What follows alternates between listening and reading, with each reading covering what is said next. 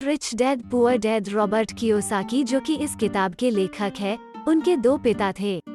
उनके एक पिता जो पढ़े लिखे PhD होल्डर थे, मगर जिंदगी भर गरीब ही रहे और गरीबी में ही मरे, इसलिए रॉबर्ट उन्हें पुअर डैड कहते थे।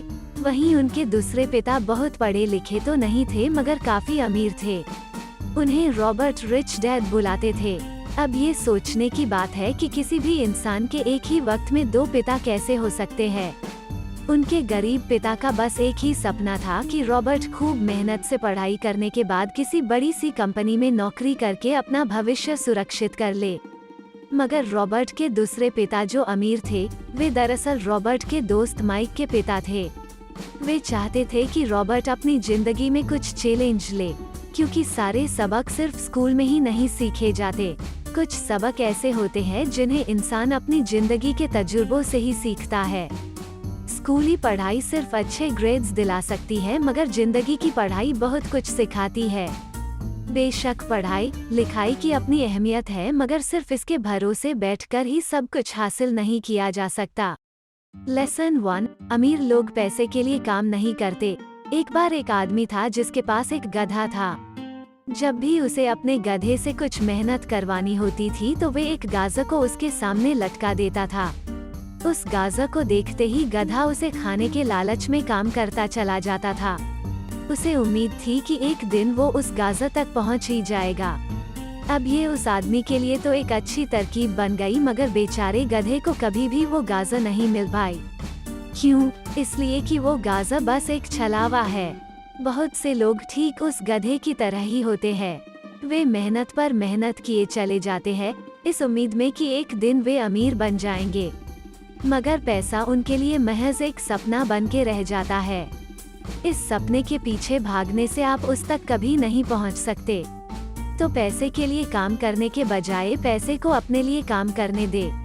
जब आप अमीर बनना चाहते हैं तो सिर्फ पैसे कमाने के लिए काम ना करें, क्योंकि जैसे ही हम अमीर बनने की राह में कदम बढ़ाते हैं, हमारा डर और लालच हम पर हावी होने लगता है कि कहीं हम गरीब के गरीब ही ना रह जाए। इसी डर से हम और ज्यादा मेहनत करने में जुट जाते हैं। फिर हमारा लालच हम पर हावी होने लगता है। हम उन सारी खूबसूरत चीजों की कल्पना करने लगते हैं जो पैसे से हासिल की जा सकती है। अब यही डर और लालच हमें ऐसे चक्कर में उलझा देता है जो कभी खत्म नहीं होता। तो हम अब और मेहनत करते हैं कि और ज्यादा कमा सके, और फिर हमारा खर्च भी उसी हिसाब से बढ़ने लगता है। इसको ही अमीर डेड रैट रेस कहते हैं। अब इसका नतीजा ये हुआ कि हम पैसे कमाने के लिए हद से ज्यादा मेहनत करते हैं, खर्च करते हैं। ये एक ट्रैप है, और आपको लालच और डर का ये ट्रैप अवॉइड करना है, क्योंकि हम में से अधिकतर लोग जो अमीर होना चाहते हैं, इसी ट्रैप का शिकार हो जाते हैं। पैसे के पीछे मत भागिए, बल्कि पैसे को अपने पीछे भागने के लिए मजबूर कर दीजिए। आपकी नौकरी लगी है तो काम पर ये सोचकर मत जाइए कि हर महीने आपको एक पे चेक लेना है, क्योंकि वो पे चेक आपके सारे बिल्स मुश्किल से ही भर पाता है। ये हर महीने की कहानी बन जाती है। फिर तंग आकर आप कोई दूसरी नौकरी ढूंढकर और ज्यादा मेहनत करने लगते हैं, लेकिन तब भी आप पैसे के लिए ही काम कर रहे होते हैं। और यही वजह है कि आप कभी अमीर नहीं बन पाते। सच का सामना कीजिए, आप खुद के लिए जवाबदेह है, दूसरों के लिए नहीं। तो आपके जो भी सवाल है खुद से पूछिए, क्योंकि उनका जवाब सिर्फ आपके ही पास है। क्या आप सिर्फ इसलिए काम कर रहे हैं कि आपकी जिंदगी में सिक्योरिटी रहे? एक ऐसी नौकरी जहां से आपको निकाले जाने का कोई डर न हो? या फिर आप सिर्फ दो पैसे कमाने के लिए काम करते हैं और आपको लगता है कि एक दिन आप इस तरह अमीर हो जाएंगे? क्या बस यही आपको सेटिस्फाई करने के लिए काफी है? अगर आपका जवाब हाँ है तो मुझे आपकी सोच पर अफसोस है, क्योंकि आपने जो अमीर बनने का सपना देखा है वो कभी पूरा नहीं होने वाला। आप हमेशा गरीबी में ही जिएंगे।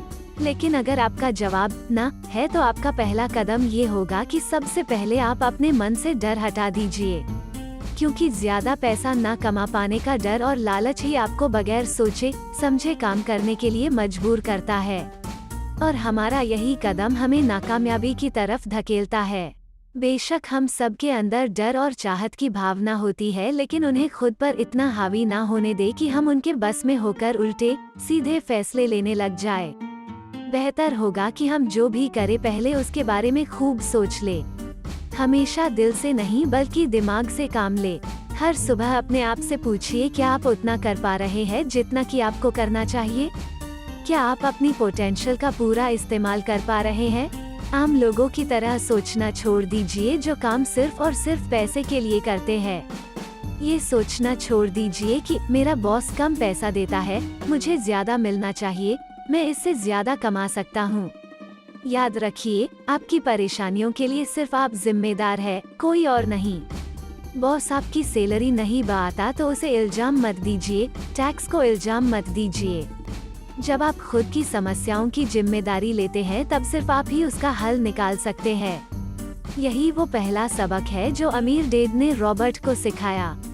इस सबक का एक पार्ट ये भी था कि अमीर डैड ने उन्हें एक कन्वीनियंस स्टोर में काम पर लगा दिया। उन्हें इस काम के कोई पैसे नहीं मिले, वे बस काम करते रहे।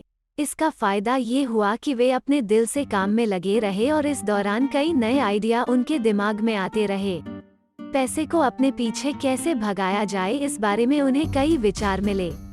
उन्होंने देखा कि उस स्टोर की क्लर्क कॉमिक्स बुक के फ्रंट पेज को 2 हिस्सों में फाड़ देती थी। आधा हिस्सा वो रख लेती और आधा हिस्सा फेंक देती थी। देर शाम स्टोर में एक डिस्ट्रीब्यूटर आया करता था। वो कॉमिक्स बुक के ऊपरी आधे हिस्से को क्रेडिट के लिए लेता और बदले में नई कॉमिक्स बुक्स दे जाया करता। एक दिन उन्होंने उस डिस्ट्रीब्यूटर से पूछा कि क्या वो पुरानी कॉमिक्स बुक्स ले सकते हैं। वो इस शर्त पर मान गया कि वे उन कॉमिक्स को बेचेंगे नहीं। ये उनके दिमाग में बिजनेस का एक नया आइडिया था। उन्होंने वे पुरानी कॉमिक बुक्स अपने दोस्तों और बाकी बच्चों को पढ़ने के लिए किराए पर देनी शुरू कर दी। बदले में वे हर किताब का 10 सेंट किराया वसूल करते थे। हर किताब सिर्फ 2 घंटे के हिसाब से पढ़ने के लिए दी जाती थी, तो असल मायनों में वे उन्हें बेच नहीं रहे थे। उन्हें उस गराज पर काम भी नहीं करना पड़ा जहां से वे कॉमिक्स किराए पर देते थे। उन्होंने माइक की बहन को काम पर रखा जिसके लिए उसे हर हफ्ते $1 दिया जाता। एक ही हफ्ते में उन्होंने $915 कमाए। इस तरह उन्होंने सीखा कि पैसे को खुद के लिए काम करने दो, ना कि आप पैसे के लिए काम करो। सबक 2, फाइनेंशियल लिटरेसी क्यों सिखाई जाए। 1923 में एजवाटर बीच होटल, शिकागो में एक मीटिंग हुई। दुनिया के बहुत से लीडर और बेहद अमीर बिजनेसमैन इस मीटिंग का हिस्सा बने। इनमें से थे एक बहुत बड़ी स्टील कंपनी के मालिक चार्ल्स शवाब और समूएल इंसुल, उस वक्त की लार्जेस्ट यूटिलिटी प्रेसिडेंट, और बाकी कई और बड़े बिजनेसमैन। इसे भी पढ़े, secrets of the millionaire mind summary in Hindi. करोड़पति दिमाग का राज। इस मीटिंग के 25 साल बाद इनमें से कई लोग गरीबी में मरे, कुछ ने खुदकुशी कर ली थी और कईयों ने तो अपना दिमागी संतुलन खो दिया था। असल बात तो ये है कि लोग पैसे कमाने में इतने मशगूल हो जाते हैं कि वो ये खास बात सीखना भूल जाते हैं कि पैसे को रखा कैसे जाए। आप चाहे जितना मर्जी पैसा कमा ले, उसे बनाए रखना असली बात है। और अगर ये हुनर आपने सीख लिया तो आप किसी भी आड़े टेढ़े हालात का सामना आसानी से कर लेंगे। लॉटरी में मिलियन जीतने वाले लोग कुछ सालों तक तो मजे से जीते हैं, मगर फिर वापस उसी पुरानी हालत में पहुंच जाते हैं। अधिकतर लोगों के सवाल होते हैं कि अमीर कैसे बने या अमीर बनने के लिए क्या करें। इन सवालों के जवाब से अधिकतर लोगों को निराशा ही होती है, मगर इसका सही जवाब होगा कि पहले आप फाइनेंशियली लिटरेट बनना सीखें। देखिए, अगर आपको एम्पायर स्टेट बिल्डिंग खड़ी करनी है तो सबसे पहले आपको एक गहरा गड्ढा खोदना पड़ेगा, फिर उसके लिए एक मजबूत नींव रखनी पड़ेगी। लेकिन अगर आपको एक छोटा सा घर बनाना हो तो एक 6 इंची कंक्रीट स्लैब डालकर भी आपका काम चल जाएगा। मगर अफसोस तो इसी बात का है कि हम में से ज्यादातर लोग 6 इंची स्लैब पर एक एम्पायर स्टेट बिल्डिंग खड़ी करना चाहते हैं, और वे ऐसा करते भी है तो जाहिर है कि बिल्डिंग टूटेगी ही टूटेगी। गरीब डैड रॉबर्ट से बस यही चाहते थे कि वे खूब पढ़ाई करे, लेकिन अमीर डैड उसे फाइनेंशियली लिटरेट बनना चाहते थे। ज्यादातर स्कूल सिस्टम बस घर बनाना सिखाते हैं, मजबूत फाउंडेशन नहीं। स्कूली शिक्षा और पढ़ाई की अपनी अहमियत है, मगर असल जिंदगी में यही सब कुछ नहीं है। लायबिलिटीज और एसेट्स के बीच फर्क समझे। सुनने में बड़ी आसान बात लगती है, लेकिन यही एक रूल है जो आपको अमीर बनाने में मदद करेगा। अक्सर गरीब और मिडिल क्लास लोग लायबिलिटीज को एसेट समझ लेते हैं, मगर अमीर जानता है कि असल में एसेट्स होते क्या है और वो वही खरीदता है। अमीर डैड किस प्रिंसिपल में यकीन रखते हैं, जिसका मतलब है कीप इट सिंपल स्टूपिड। उन्होंने लेखक और उसके दोस्त माइक को यही सिंपल बात सिखाई, जिसकी बदौलत वे इतनी मजबूत फाउंडेशन रखने में कामयाब रहे। इस सीख की यही सिंपल बात है कि लायबिलिटीज और एसेट्स के बीच फर्क समझे और एसेट्स खरीदे। लेकिन अगर ये इतना ही सिंपल है तो हर आदमी अमीर होता है ना? मगर यहाँ मामला उल्टा है। ये दरअसल इतना सिंपल है कि हर कोई इस बारे में सोचता तक नहीं है। लोगों को लगता है कि उन्हें लायबिलिटीज और एसेट्स के बीच फर्क पता है, मगर उन्हें सिर्फ लिटरेसी के बारे में मालूम है, फाइनेंशियल लिटरेसी के बारे में नहीं। रिच डैड ने एसेट्स और लायबिलिटीज के बीच का फर्क समझाया। एसेट्स का कैश फ्लो पैटर्न कुछ इस तरह होता है। Income statement, balance sheet. Income statement को प्रॉफिट और लॉस का स्टेटमेंट मानकर चलना चाहिए। इसका सिंपल सा मतलब है इनकम की आपके पास कितना पैसा आया और एक्सपेंस है कि आपसे कितना पैसा खर्च हुआ। बैलेंस शीट एसेट्स और लायबिलिटीज के बीच बैलेंस बताती है। बहुत से पढ़े लिखे अकाउंटेंट्स को भी ये पता नहीं होता कि आखिर बैलेंस शीट और इनकम स्टेटमेंट कैसे एक दूसरे से जुड़े हैं। लायबिलिटी में कैश फ्लो कुछ ऐसा होगा। Income statement, balance sheet. अब ये चार्ट देखने में बहुत सिंपल है, इसे आसानी से लोगों को समझाया जा सकता है। एसेट्स वे चीजें होती है जो आपके लिए पैसे कमाने का काम करती है। मान लो आप कोई घर खरीद कर उसे किराए पर देते हैं, तो उसी किराए से आप वो लोन भी चुका सकते हैं जो आपने घर खरीदने के लिए लिया था। अब घर भी आपका हुआ और उससे मिलने वाला किराया भी। इसके उलट लायबिलिटीज आपकी जेब से पैसे खर्च करवाती है, जैसे कि घर खरीदकर उसमें रहने से आपको कोई किराया नहीं मिलने वाला। तो अब आप समझ गए होंगे कि अगर अमीर बनना है तो एसेट्स खरीदिए और गरीब ही रहना है तो लायबिलिटीज। अमीर लोगों के पास ज्यादा पैसा इसलिए होता है कि वे इस प्रिंसिपल पर यकीन करते हैं। वहीं दूसरी तरफ गरीब लोग इस प्रिंसिपल को ठीक से समझ ही नहीं पाते। इसीलिए इस बात पर जोर दिया जा रहा है कि सिर्फ लिटरेट नहीं बल्कि फाइनेंशियल लिटरेट बनिए।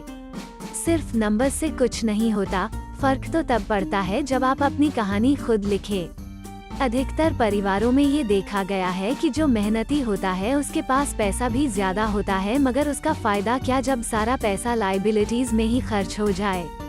अब देखिए, ये एक मिडिल क्लास का कैश फ्लो है। Income statement, balance sheet. ये चार्ट दिखाता है कि मिडिल क्लास आदमी अपना पैसा किस तरह खर्च करता है, और अगर यही उनका तरीका रहता है तो सारी जिंदगी वे मिडिल क्लास ही बनकर रहते हैं, या क्या पता उससे भी नीचे चले जाए, क्योंकि आप देख सकते हैं कि उनका सारा पैसा लायबिलिटीज में ही खर्च हो रहा है। कभी मोर्टेज, कभी rent, car loan, house loan, credit card का बिल, फीस और भी ना जाने क्या क्या। उनकी सारी कमाई इसी में खर्च हो जाती है। दूसरी ओर गरीब लोग हैं जिनकी कोई लायबिलिटी तो नहीं है, मगर उनके कोई एसेट्स भी नहीं होते। वे भी पैसा कमाते हैं, सैलरी पाते हैं, मगर हर रोज के खर्चों में उनका सारा पैसा उड़ जाता है। माना एक गरीब आदमी $1000 कमाता है, उसमें से $300 वो अपने छोटे से घर के किराए में खर्चता है, $200 उसके आने जाने का किराया, $200 टैक्स और $200 खाने और कपड़ों में खर्च हो जाता है। अब उसके पास बचा क्या? कुछ भी नहीं। और कभी कभी तो उधार लेकर काम चलाना पड़ता है, जिससे वो और गरीब हो जाता है। इसके उलट अमीर एसेट्स खरीद कर रखते हैं, फिर उनके वो एसेट्स उन्हें और पैसा कमा कर देते हैं। उनकी कमाई इसी तरह 2 से 4, 4 से 8 होती जाती है। अधिकतर अमीर लोग दिमाग से काम लेते हैं। वे घर लोन पर लेकर उसे किराए पर लगा देते हैं। बिना मेहनत के हर महीने किराया मिलता है, जिससे वे अपना लोन भी चुकता कर लेते हैं। मानिए कि लोन की इंस्टॉलमेंट $1 है, तो ये अपने घर का $2 किराया वसूल करेंगे। $1 बैंक को देंगे, $1 अपनी जेब में। तो हो गया ना ये बिना मेहनत के पैसा कमाना। तो असल में अमीर डैड और गरीब डैड के बीच बस सोच का फासला है। अपना पैसा कैसे खर्चे, सिर्फ यही मुद्दे की बात है और कुछ नहीं। 1960 के दिनों में अगर बच्चों से पूछा जाता था कि वे बड़े होकर क्या बनेंगे तो सबके पास यही जवाब होता था कि वे अच्छे ग्रेड्स लाएंगे और डॉक्टर बनेंगे। तब सबको यही लगता था कि अच्छे ग्रेड्स लेकर वे बहुत पैसा कमा सकेंगे। हालांकि उनमें से बहुत बच्चे आज बड़े होकर डॉक्टर बन चुके हैं। बावजूद इसके उनमें से काफी लोग आज भी फाइनेंशियली स्ट्रगल करते नजर आएंगे, क्योंकि उन्हें हमेशा यही लगा कि ज्यादा पैसा कमाने से उनकी सारी परेशानियां दूर हो जाएंगी। मगर आज के दौर में ऐसा नहीं है। आज बहुत से बच्चे फेमस एथलीट बनना चाहते हैं, या फिर सीईओ, या फिर कोई मूवी स्टार या रॉक स्टार, क्योंकि उन्हें पता है कि सिर्फ अच्छी पढ़ाई और अच्छे ग्रेड्स के भरोसे बैठकर वे करियर में सक्सेस नहीं पा सकते। आजकल फाइनेंशियल नाइटमेयर बहुत आम हो गया है। अक्सर नए शादीशुदा जोड़े ये सोचते हैं कि उनकी सैलरी अब डबल हो जाएगी क्योंकि दोनों जने कमा रहे हैं। एक छोटे से घर में रहते हुए वे अब बड़े घर के सपने देखते हैं, इसलिए वे पैसा बचाना शुरू कर देते हैं। इसकी वजह से उनका सारा ध्यान सिर्फ अपना करियर बनाने पर होता है। उनकी कमाई बढ़ने लगती है तो जाहिर है उसी हिसाब से खर्चे भी। अब जब आप फाइनेंशियली लिटरेट हुए बिना पैसा बनाते हैं या बिना सोचे समझे उसे खर्च करते हैं तो होता ये है कि आप पहले से भी ज्यादा खर्च करने लगते हैं। ये एक ऐसा चक्कर है जो फिर चलता ही रहता है। नए जोड़े ने अब इतना पैसा कमा लिया कि वे एक बड़ा घर खरीद सके। उन्हें तो यही लगेगा कि वे अब थोड़े अमीर हो गए हैं, मगर असलियत तो ये है कि बड़े घर के साथ उन्होंने नई लायबिलिटीज भी खरीद ली है। उनके कैश फ्लो में अब प्रॉपर्टी टैक्स का खर्च बढ़ गया। अब उन्हें एक नई गाड़ी भी चाहिए, फर्नीचर भी, सब कुछ नया। उनकी लायबिलिटीज बढ़ती ही चली जा रही है, और ज्यादातर होता यही है कि इनकम के साथ साथ खर्चे भी बढ़ने लगते हैं। फिर एक दिन अचानक इस सच्चाई का खुलासा होता है, मगर तब तक हम इस रेट रेस में बुरी तरह फंस चुके होते हैं। फिर ऐसे ही लोग हमारे लेखक रॉबर्ट के पास आकर पूछते हैं कि अमीर कैसे बना जाए। अब यही सवाल तो मुसीबत की जड़ है, क्योंकि सबको लगता है कि पैसा ही हर चीज का इलाज है। ये मानना ही एक बड़ी गलती है। उनकी समस्या ये नहीं है कि वे ज्यादा नहीं कमा रहे, बल्कि ये है कि जो कुछ उनके पास है उसे हैंडल कैसे करे। एक कहावत है जो यहाँ पर लागू होती है, जब तुम खुद को एक गहरे गड्ढे में पाओ तो और खोदना छोड़ दो। क्यों ज्यादातर लोग पब्लिक स्पीकिंग से घबराते हैं? मनोचिकित्सकों का मानना है कि लोग इसलिए घबराते हैं क्योंकि उन्हें रिजेक्शन का डर होता है और उससे अलग होने का भय होता है। लोग हमारे बारे में क्या सोचेंगे या हम पर कहीं हंस ना दे, यही सोचकर अधिकांश लोग पब्लिक स्पीकिंग से दूर भागते हैं। वे वही करना पसंद करते हैं जो सब कर रहे होते हैं। वे खुद को भीड़ का हिस्सा बनाकर संतुष्ट हो जाते हैं। आपका घर आपका सबसे बड़ा एसेट है, लोन लीजिए, अब प्रमोशन हो गया है, अब सैलरी बढ़ गई है तो नया घर लो। यही सब बातें हम लोगों से सुनते रहते हैं, और फिर हम भी उसी रास्ते पर चल पड़ते हैं, क्योंकि जो सब कर रहे हैं वो जरूर सही होगा, है कि नहीं? मगर नहीं, ऐसा बिल्कुल नहीं है। अमीर डैड ने कहा था कि जापानीज लोग 3 चीजों की ताकत जानते थे। तलवार, कीमती जवाहरात और शीशा सबसे बड़ी ताकत है। जब आप खुद को जानते हो, शीशे के सामने अगर आप खुद से सवाल पूछ सकते हो कि मैं सही हूँ या मुझे भी भीड़ का हिस्सा बनकर रहना चाहिए, तो जो जवाब आपको मिलेगा वही आपकी असली ताकत है। गरीब और मिडिल क्लास खुद को पैसे का गुलाम बनने देते हैं, इसीलिए वो कभी अमीर नहीं बन पाते। 16 साल के रॉबर्ट और माइक अमीर डैड के साथ हर उस मीटिंग में जाया करते थे जो वे अपने अकाउंटेंट, मैनेजर्स, इन्वेस्टर और एम्प्लॉइयों के साथ रखा करते। यहाँ एक ऐसे अमीर डैड देखने को मिलते हैं जो पढ़े लिखे नहीं है, जिन्होंने 13 साल में ही स्कूल छोड़ दिया था, मगर आज वो मीटिंग्स रखते हैं, अपने नीचे काम करने वाले पढ़े लिखे लोगों को ऑर्डर देते हैं, उन्हें बिजनेस के टिप्स समझाते हैं। एक ऐसा इंसान जो भीड़ का हिस्सा नहीं बना, जिसने रिस्क लिया और जिसने लोगों की परवाह नहीं की, जिसे ये डर नहीं था कि लोग उसके बारे में क्या सोचेंगे। इन मीटिंग्स का नतीजा ये हुआ कि लेखक और उनका दोस्त दोनों ही स्कूली पढ़ाई में मन नहीं लगा पाए। जब भी उनकी टीचर कोई काम देती थी, उन्हें रूल्स के हिसाब से करना होता था। उन्हें एहसास हुआ कि स्कूली पढ़ाई किस तरह से बच्चों प्रतिभा को निखरने नहीं देती। उनकी क्रिएटिविटी को मारकर उन्हें एक सांचे में ढालकर इस समाज का एक मशीनी हिस्सा भर बना देती है। और उन्हें टीचर की इस बात से भी इनकार था कि अच्छे ग्रेड्स लाकर ही सक्सेसफुल और अमीर बना जा सकता है। एक दिन रॉबर्ट की अपने गरीब डैड से बहस हो गई। उनके पिता का मानना था कि उनका घर उनके लिए सबसे बेस्ट इन्वेस्टमेंट है, मगर वो एक रेट रेस में भाग रहे थे। उनकी इनकम और खर्चे बराबर ही थे। उन्हें पूरा करने के लिए उनके पास एक पल की भी फुर्सत नहीं थी। यही बात रॉबर्ट उन्हें समझाना चाह रहे थे कि उनके पिता के लिए वो घर एसेट नहीं लायबिलिटी है। घर पर उनके पैसे खर्च हो रहे थे, बदले में मिल कुछ नहीं रहा था। ये बात उनके गरीब डैड समझ नहीं पा रहे थे और यही फर्क था गरीब और अमर डैड के बीच। खैर, उनकी बहस चलती रही। उन्होंने अपने गरीब पिता को बताया कि अधिकतर लोगों की जिंदगी लोन चुकाने में ही निकल जाती है। जिस घर को वे खरीदते हैं उसके लिए वे 30 साल तक लोन भरते हैं, फिर एक और बड़ा घर लेते हैं और पाना लोन रिन्यू करवाते हैं। अब घर की कीमत भी उसी हिसाब से बढ़ेगी या नहीं ये निर्भर करता है। कुछ लोग ऐसे भी हैं जिन्होंने घर खरीदने के लिए एक बड़ी रकम ली थी। जितनी घर की कीमत नहीं थी उससे ज्यादा कर्ज उनके सर पर चढ़ गया। इसका सबसे बड़ा नुकसान लोगों को ये होता है कि वे बाकी जगह इन्वेस्टमेंट नहीं कर पाते क्योंकि उनका सारा पैसा उस घर पर लगा है।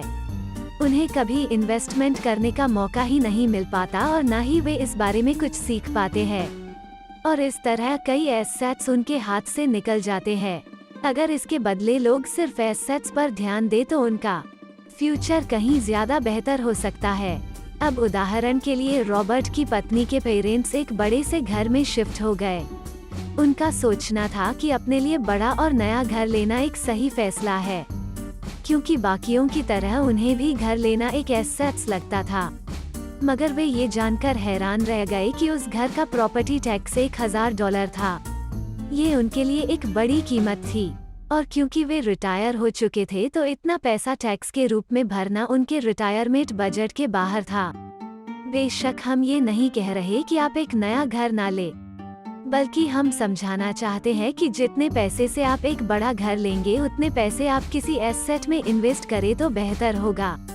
क्यों से करे शुरुआत, आपका एसेट आपके लिए कमाई करेगा और कुछ ही समय बाद आपके पास इतना पैसा होगा कि आप आसानी से मनपसंद घर ले पाएंगे, वो भी बिना किसी लोन के। अमीर और ज्यादा अमीर क्यों होते रहते हैं, वहीं मिडिल क्लास आगे क्यों नहीं बढ़ पाते? इसके पीछे भी एक वजह है। कारण सीधा है, अमीर एसेट खरीदते हैं जो उनका पैसा दुगना करता रहता है। उस पैसे से उनके सारे खर्चे मजे में निपट जाते हैं। और मिडिल क्लास क्या करते हैं? वे तो बस महीने की 1 तारीख का इंतजार करते हैं जब उनकी सैलरी आए। सारी की सारी सैलरी तो खर्चों को पूरा करने में खत्म हो जाती है, तो इन्वेस्टमेंट कहाँ से होगा? और फिर जब सैलरी बची है तो उस पर टैक्स भी बढ़ जाता है और उसी हिसाब से बाकी खर्चे भी। फिर अंत में वही रेट रेस चलती रहती है। एक कर्ज में डूबा समाज जहां हम रहते हैं, अपने घर को एसेट समझना ही वो वजह है जो हमें कर्ज के बोझ तले दबाती है। आज यही अधिकतर लोगों की सोच है।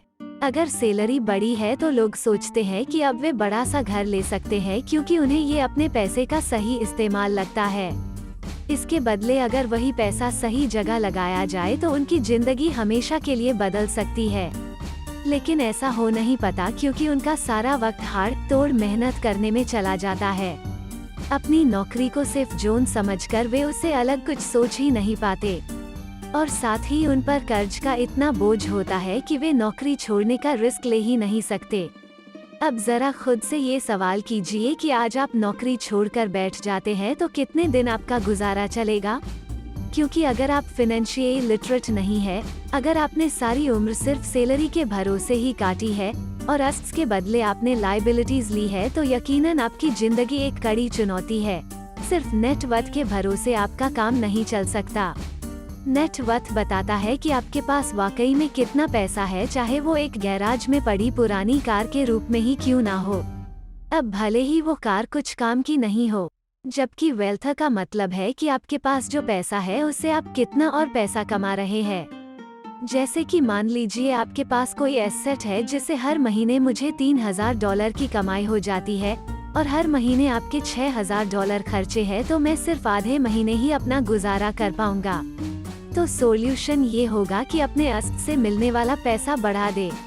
जब वो $6000 मिलने लगेगा तो आप रातों रात अमीर नहीं हो जाएंगे, मगर इस तरह आप वेल्दी होने लगेंगे। अब अगर आप अचानक नौकरी छोड़ते भी हैं तो आपके एसेट सारा खर्च कवर कर लेंगे। आप वेल्दी तभी बन पाएंगे जब आपके खर्च आपके एसेट्स की ग्रोथ से कम रहे। तीसरा सबक 3, अपने काम से काम रखे। दुनिया की सबसे बड़ी फूड चेन मैकडोनाल्ड के फाउंडर रे क्रोक ने एक MBA क्लास में एक स्पीच दी। ये 1947 की बात है। उनकी ये स्पीच बड़ी ही शानदार थी, लोगों को प्रेरित करने वाली। स्पीच के बाद जब MBA क्लास के छात्रों ने कुछ वक्त उनके साथ बिताने की गुजारिश की तो वे उनके साथ बियर पीने चले गए। बातों में रे ने अचानक एक सवाल किया, क्या आप लोग जानते हैं कि मैं किस बिजनेस में हूँ? अब ये बात तो सबको मालूम थी कि वे हैमबर्गर बेचते थे। इस बात पर वे हंसने लगे और बोले कि उनका असल बिजनेस तो रियल एस्टेट है, क्योंकि मैकडोनाल्ड के लिए हर लोकेशन का चुनाव सोच समझकर किया जाता है। जहां उसकी फ्रेंचाइजी बनाई जाती है, वो जमीन भी साथ ही बेची जाती है। तो इसका सीधा मतलब है कि मैकडोनाल्ड की फ्रेंचाइजी खरीदने वाले को वो जमीन भी खरीदनी पड़ती थी। तो इस तरह से ये एक रियल एस्टेट बिजनेस भी हुआ। यही सबक अमीर डैड ने रॉबर्ट को सिखाया कि अक्सर लोग खुद के लिए छोड़कर बाकी सबके लिए काम करते हैं। वे टैक्स पे करके गवर्नमेंट के लिए काम करते हैं, उस कंपनी के लिए काम करते हैं जहां वे नौकरी करते हैं, बैंक का मोर्टेज देकर उसके लिए काम करते हैं। और ये सब इसलिए क्योंकि हमारा एजुकेशन सिस्टम ही ऐसा है। स्कूल हमें एम्प्लॉय बनना सिखाता है, ना कि एम्प्लॉयर। जो आप पढ़ते हैं वही आप बनते हैं। अगर आपने साइंस पढ़ी तो डॉक्टर, मैथमेटिक्स पढ़ी तो इंजीनियर, मतलब जो आपने पढ़ा वो आप बने। अब मुसीबत तो ये है कि इससे छात्रों का कोई भला नहीं हो पाता, क्योंकि वे नौकरी और बिजनेस के बीच के फर्क में उलझ कर रह जाते हैं। एक डॉक्टर जब कोई पूछता है कि आपका क्या बिजनेस है, तो आपको ये नहीं बोलना चाहिए कि मैं हूँ या एक बैंकर हूँ, क्योंकि वो आपका प्रोफेशन है, बिजनेस नहीं। कहने का मतलब है कि आप जो करते हैं उसे अपना बिजनेस बनाइए, नौकरी नहीं। अपनी सारी उम्र दूसरों के लिए काम करके उन्हें अमीर करने में बर्बाद ना करे, बल्कि खुद की जिंदगी को खुशहाल बनाने के लिए काम करे। बहुत से लोगों को इस बात का एहसास बड़ी देर से होता है कि उनका हाउस लोन उनकी जान ले रहा है, और फिर उन्हें लगता है कि जिसे वे एसेट मानने की गलती कर रहे थे, दरअसल कभी एसेट था ही नहीं। जैसे उन्होंने कार ली तो उससे जुड़े तमाम खर्चे उनकी लायबिलिटीज बन गए। उन्हें पूरा करने के लिए नौकरी जरूरी है, और अगर कभी वो सिर्फ जॉब उनके हाथों से निकल गई तो उनकी मुसीबतें शुरू हो जाती है। इसीलिए तो हम एसेट कॉलम पर इतना जोर दे रहे हैं, ना कि आपकी इनकम कॉलम पर। और फाइनेंशियली सिक्योर होने का यही एक तरीका है। आप कितने अमीर हैं, ये जानने का सही तरीका नेटवर्थ इसलिए नहीं है क्योंकि जब भी आप अपने एसेट्स बेचते हैं तो उन पर भी टैक्स लगता है। आपको उतना पैसा नहीं मिलता जितना कि आप सोचते हैं। आपके बैलेंस शीट के हिसाब से आपको जितना भी पैसा मिलेगा उस पर भी आपको टैक्स देना पड़ेगा। जो आप कर रहे हैं उसे एकदम मत छोड़िए। ये किताब आपको कभी भी ये सलाह नहीं देगी। अपनी नौकरी करते रहिए, पर साथ ही एसेट्स भी जमा कीजिए। और एसेट्स से मेरा मतलब है सही और असली मायने में एसेट्स। मैं ये नहीं कहूँगा कि आप कोई कार लीजिए, क्योंकि वे मेरी नज़र में एसेट नहीं है, क्योंकि जैसे ही आप उसे चलाना शुरू करते हैं वो अपनी कीमत का 25% खो देती है। जितना हो सके खर्चे में कटौती करे और लायबिलिटीज घटाए। अब किस तरह के एसेट्स खरीदे जाने चाहिए, यहाँ हम आपको कुछ उदाहरण देते हैं। ऐसा बिजनेस जहाँ आपकी मौजूदगी जरूरी ना हो, जो दूसरे लोग आपके लिए चलाए, क्योंकि आप वहाँ ज्यादा वक्त देंगे तो वो बिजनेस नहीं, नौकरी होगी। रियल एस्टेट में पैसा लगाए, स्टॉक और बॉन्ड खरीदे। जब एसेट खरीदे तो अपनी पसंद की चीजों पर पैसा लगाए, क्योंकि आपका मन होगा तभी आप उसमें ध्यान दे पाएंगे। अगर उसमें आपकी रुचि होगी तो आप उसे बेहतर समझ पाएंगे। रॉबर्ट को रियल एस्टेट और स्टॉक्स में रुचि थी, खासकर छोटी कंपनियों में इन्वेस्ट करना। अपने अमीर डैड की सलाह पर उसने अपनी नौकरी कभी नहीं छोड़ी। वो जॉब करता रहा, साथ ही अपने एसेट कॉलम को बड़ा और मजबूत बनाता चला गया। एक पैसा भी जो आप कमाते हैं उसे बेकार ना जाने दे। अपने पैसे को अपना गुलाम मानकर चलिए जो आपके लिए काम करे। आप लग्जरी खरीदना चाहते हैं, शौक से खरीदे, कोई बड़ी बात नहीं, मगर ये ना भूले कि अमीर और मिडिल क्लास में यही सोच का फर्क है। जहां मिडिल क्लास पैसा आते ही पहले लग्जरी में खर्च करेगा, वहीं अमीर आदमी उसे अंत में खरीदेगा। इतना समझ लेने के बाद अब अगले चैप्टर में आप अमीर लोगों के सबसे बड़े सीक्रेट के बारे में जानेंगे। सबक 5, अमीर पैसा इन्वेंट करते हैं। अलेक्जेंडर ग्रैहम बेल ने टेलीफोन इन्वेंट करने के बाद उसे पेटेंट कर दिया था। इनका बिजनेस बड़ा और संभालने में मुश्किल होने लगी तो वे वेस्टर्न यूनियन गए और उन्हें अपना पेटेंट और छोटी सी कंपनी $100,000 में बेचने की पेशकश की। उस वक्त के वेस्टर्न यूनियन के प्रेसिडेंट ने पेशकश ठुकरा दी। उन्हें ये दाम कुछ ज्यादा लग रहे थे और फिर उसके बाद एक बड़ी कंपनी AT&T का जन्म हुआ। रॉबर्ट 1984 से प्रोफेशनल तौर पर पढ़ा रहे हैं। एक चीज जो हजारों लोगों को पढ़ाने के बाद उन्होंने जानी वो ये कि उन सब लोगों में पोटेंशियल था, बल्कि हर एक इंसान में पोटेंशियल है जो हमें महान बना सकती है। इसके बावजूद जो हमें रोकता है वो है खुद पर डाउट रखना। स्कूल छोड़ने के बाद हमें पता चलता है कि जिंदगी में आगे बढ़ने के लिए सिर्फ ग्रेड्स ही काफी नहीं होते। जैसे सिर्फ स्मार्ट लोग ही आगे नहीं बढ़ते बल्कि वे बढ़ते हैं जो बोल्ड भी होते हैं। ये सच है कि फाइनेंशियल जीनियस होने के लिए इसकी नॉलेज भी होनी चाहिए, मगर साथ ही हिम्मत और बोल्डनेस भी चाहिए। ज्यादातर लोग पैसे के मामले में कोई रिस्क नहीं लेना चाहते, मगर अमीर होने के लिए आपको रिस्क लेने ही पड़ेंगे, क्योंकि हो सकता है आने वाले सालों में एक नया बिल गेट्स पैदा हो या अगला अलेक्जेंडर ग्राहम बेल और बाकी शायद दिवालिया बनकर गरीब हो जाए। अब ये आपकी मर्जी है, आप इनमें से क्या बनना चाहते हैं। अगर आप अपना फाइनेंशियल IQ बढ़ाते हैं तो बहुत कुछ हासिल कर सकते हैं, और अगर नहीं तो आने वाले साल और भी डरावने हो सकते हैं, क्योंकि हर पुराना जाता है तो नया आता है। तो जो आज है वही सबसे खुशहाल वक्त है। आज के दौर में लोग ज्यादा फाइनेंशियली स्ट्रगल कर रहे हैं क्योंकि उनकी सोच अभी भी पुरानी है। फिर वे अपनी गलती ना मानकर या तो अपने बॉस को इल्जाम देंगे या नई टेक्नोलॉजी को। जो कभी कल के दौर में एसेट था वही आज लायबिलिटी बन चुका है।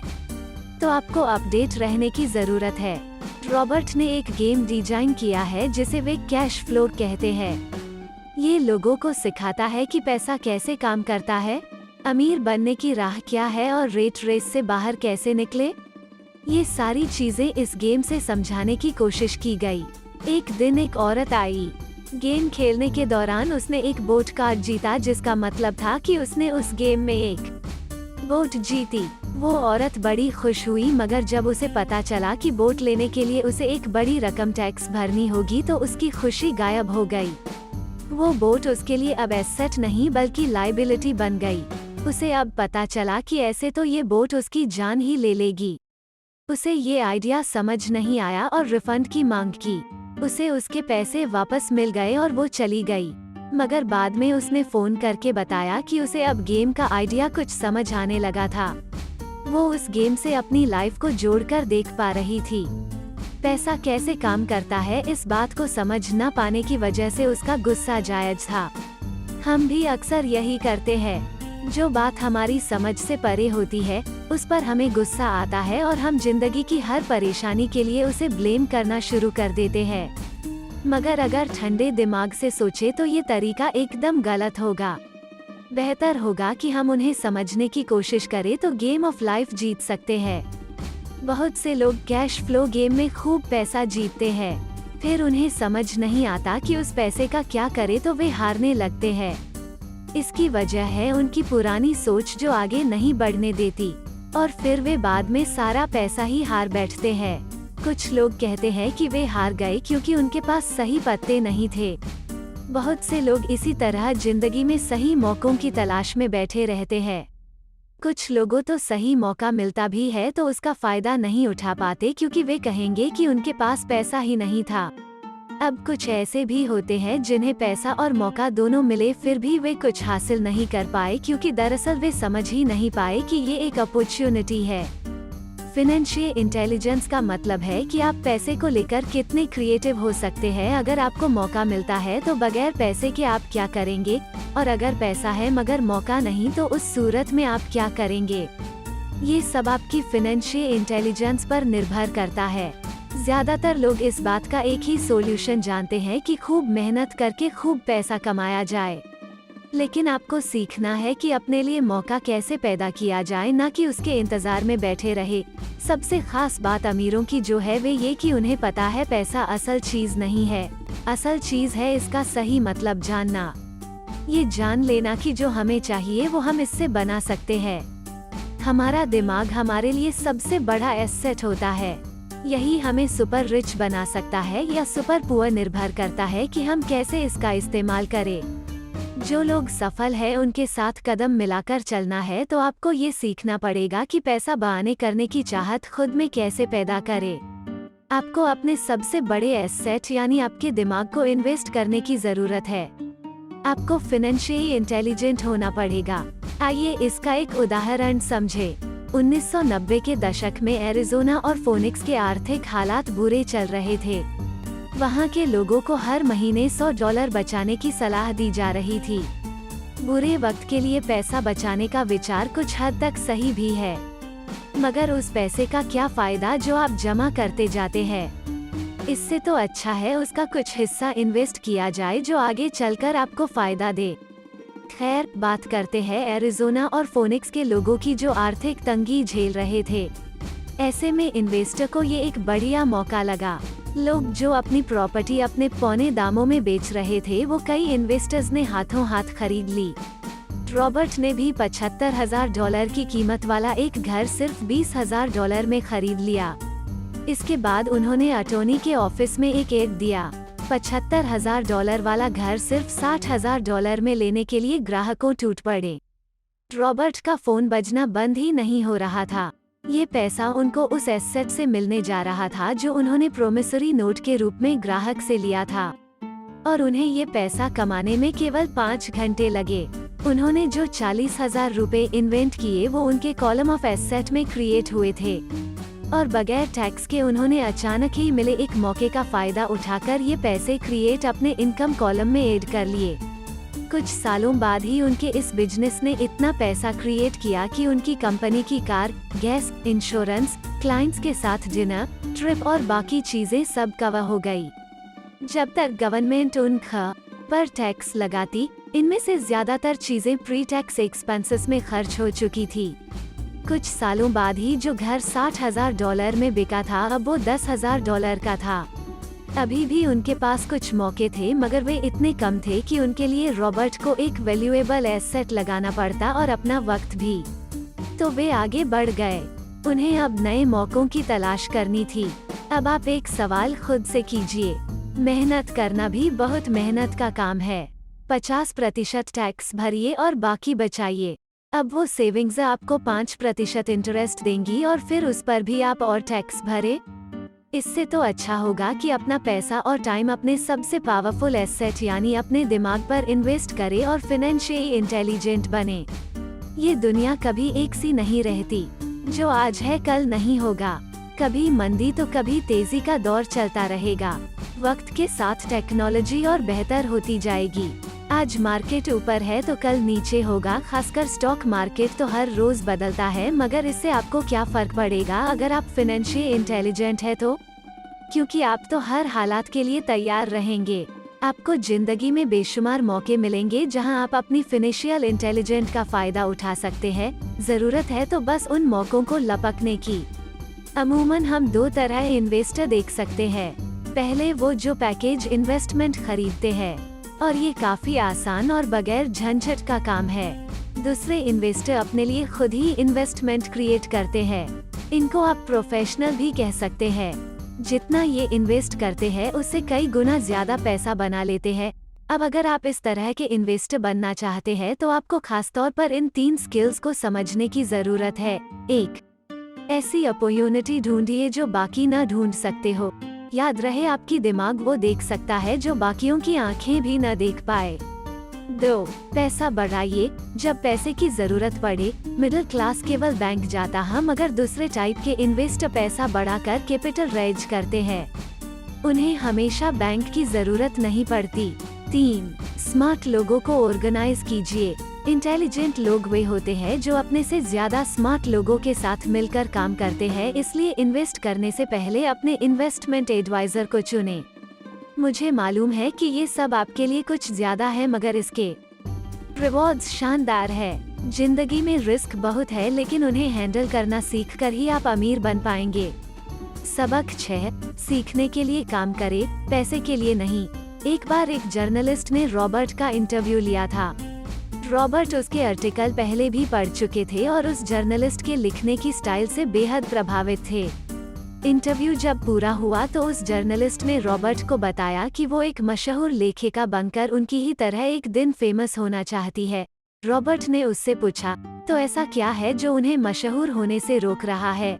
इस सवाल के जवाब में उस जर्नलिस्ट ने कहा, उनकी जॉब आगे नहीं बढ़ पा रही। इस पर रॉबर्ट ने सुझाव दिया कि उस जर्नलिस्ट को कोई सेल्स क्लास ज्वाइन कर लेनी चाहिए। जर्नलिस्ट ने बताया कि उनकी एक दोस्त उन्हें पहले ही ये ऑफर दे चुकी है, मगर उन्हें ये छोटा काम लगता है। वे ये भूल गई थी कि रॉबर्ट खुद कभी सेल्स स्कूल जा चुके थे।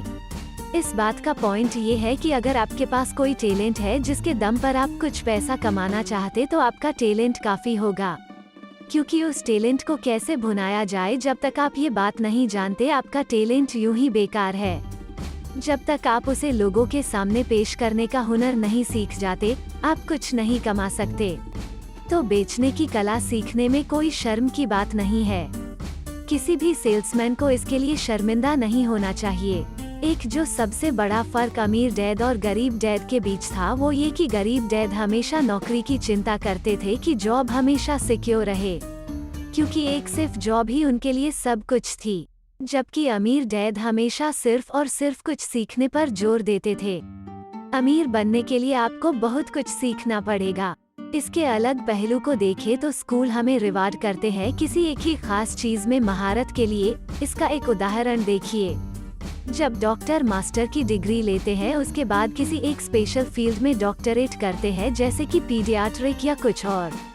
मतलब एक छोटे से विषय पर उन्हें बहुत पढ़ना पड़ता है उस फील्ड में महारत के लिए, और यही उनका रिवार्ड होता है। ऐसे ही बहुत कुछ जानने के लिए जो थोड़ा बहुत आप सीखते हैं, वो नॉलेज तभी आएगी जब आप अलग अलग कंपनियों के लिए काम करेंगे, दुनिया की अलग अलग चीजों को जानेंगे, चीजें कैसे काम करती है, ये सभी बातें अनुभव करेंगे, तभी आपकी नॉलेज बढ़ेगी। शायद यही वजह थी कि अमीर डैड छोटे रॉबर्ट और माइक को अपने साथ लेकर जाते थे जब वे अपने डॉक्टर, अकाउंटेंट्स, लॉयर या किसी प्रोफेशनल से मिलने जाते। जब रॉबर्ट ने मैरीन कोर्स ज्वाइन करने के लिए अपनी हाई पेइंग जॉब छोड़ी, तो उसके गरीब मगर पढ़े लिखे पिता समझ नहीं पा रहे थे कि आखिर रॉबर्ट ने ऐसी शानदार नौकरी क्यों छोड़ी। वे एक तरह से इस फैसले से सख्त निराश हुए। रॉबर्ट ने उन्हें समझाने की हर मुमकिन कोशिश की कि उनका ऐसा करना क्यों जरूरी था, मगर उन्हें ये बात हजम नहीं हो रही थी। रॉबर्ट ने उन्हें कहा कि वे सीखना चाहते हैं कि खुले आसमान में कैसे उड़ें। उन्हें जानना था कि वर्कर्स की टीम को कैसे हैंडल किया जाए। किसी भी कंपनी को अपने बलबूते पर चलाना कितना मुश्किल काम है, रॉबर्ट ये सब सीखना चाहते थे। वियतनाम से लौटने के बाद रॉबर्ट ने अपनी जॉब से रिजाइन कर दिया और ज़ेरोक्स को ज्वाइन कर लिया। उन्हें ये नौकरी किसी फायदे के लिए नहीं चाहिए थी। वो इतने शर्मीले थे कि किसी को कुछ भी बेचने के ख्याल से ही उन्हें पसीना आ जाता। अपनी इसी कमी को दूर करने के लिए उन्होंने ज़ेरोक्स के सेल्स ट्रेनिंग प्रोग्राम की शिक्षा ली। इसके बाद रॉबर्ट ने खुद अपनी कंपनी की शुरुआत की और अपना पहला शिपमेंट भेजा।